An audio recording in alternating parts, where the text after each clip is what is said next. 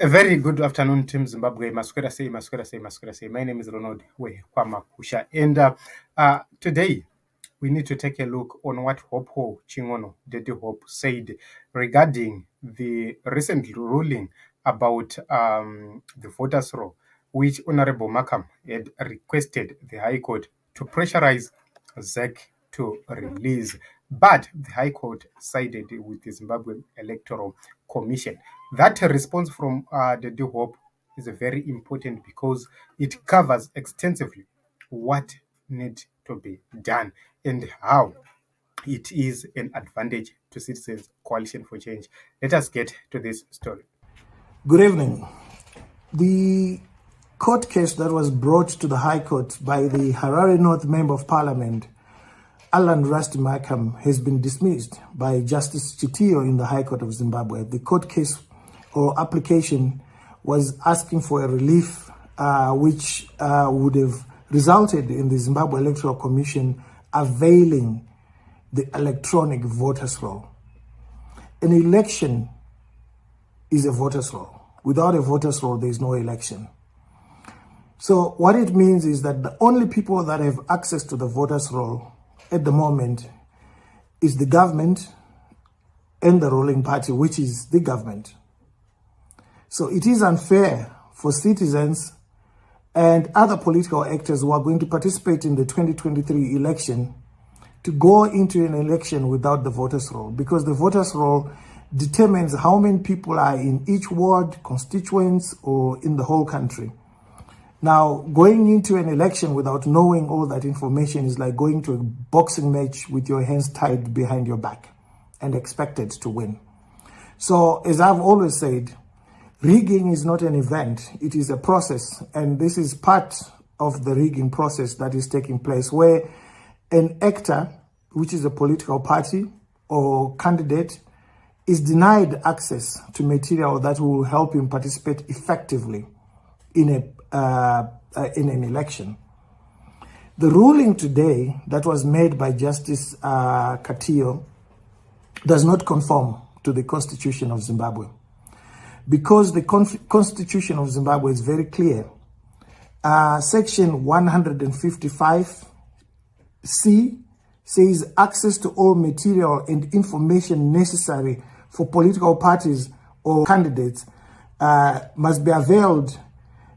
Access to all material and information necessary for them to participate effectively in an election must be availed to them. Now, if the voters' roll is not available to them when we are heading into an election, how do they participate effectively? Or how do they petition the court if there is something wrong with the voters' roll, if it's not availed to them and is only availed to one player, which is the president and his political party, which is the government? Section 60 and 62 of the Constitution also says there must be a general right to information held by the state for purposes of accountability. And a voter's roll has to be seen for purposes of accountability. So the ruling must be challenged in the Supreme Court, or they can go to the Constitutional Court. Lawyers will know best how to deal with this issue. Now, I want to address the issue, the general perception that is sometimes peddled on social media, that you should not go to courts because they are captured. We should go to courts in order to prove their capture. You don't prove a court's capture without going to it. What has happened today, if it's repeated in the Supreme Court or the Constitutional Court, gives a strong case to the political actors, to the opposition parties, to the candidates. It gives them a strong political case when they seek political remedies elsewhere. It could be SADC, it could be African Union. If they don't go to court, ZANU-PF would be able to argue that they did not exhaust available local remedies, knowing very well that those local remedies were going to rule in its favor. But you do not have a case if you don't go through those courts to prove that they're captured. So what happened today is actually a victory for the opposition, because the Constitution is extremely important in the participation of elections or anything, and it's clear on what needs to be done. The voters' roll must be availed to people. Now, those that say we should not go to courts, the alternative is to demonstrate or petition the government, which again is allowed and underwritten in our constitution. But we know that the government will not allow citizens to demonstrate. People will be arrested, people will be beaten up, people will be thrown into prison. We've got just one person, a political prisoner, Job Scala, who has been in prison for over 260 days. But as a citizenry, we have failed to help him to get out of prison. Now, how do we deal with such a big issue if we can't help just one person? So it's important to reflect on these issues when we put them out there, and they should be argued. And just like what I'm saying right now, it should be argued as well. If you've got better ideas, you should put them on the table, and then we can discuss them. That's how we sharpen each other's minds. That's how we distill our ideas and end up with something that is much better. But I'm happy that they went to court, and I'm happy that they've got a ruling, and I'm happy that they now have a ruling which they can use politically when they seek remedies politically within the region or within the continent, to say, look, we went to court and this is what they said. Look, this is what the constitution says. Even right now, Zimbabwe is waiting for its readmission. They should remind the Commonwealth to say, we have a problem with our elections which are upcoming. The Commonwealth will come and observe, and with other observers.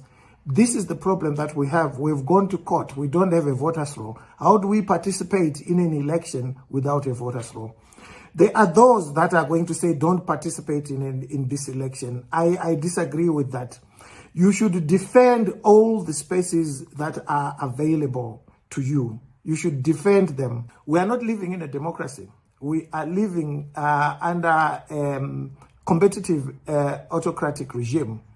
And it puts elections out there. It actually doesn't want the opposition to participate. ZANU-PF doesn't care if it gets all the seats. That is what it wants. If you remember, Morgan Changra and his MDC did not participate. ZANU-PF ran the election and they won the urban seats.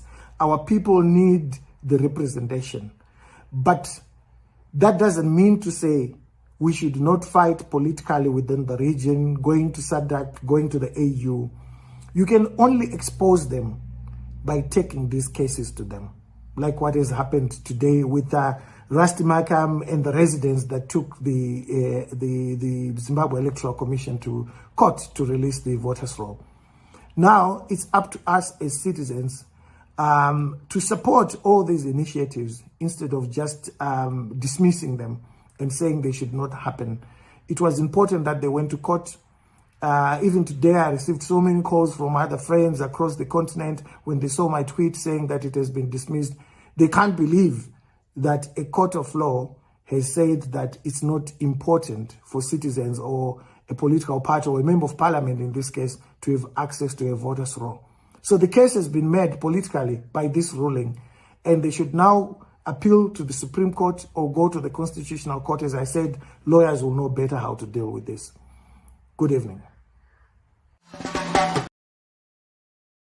Team Zimbabwe, I believe that what the Hope is saying is very, very, very important. We cannot boycott the elections.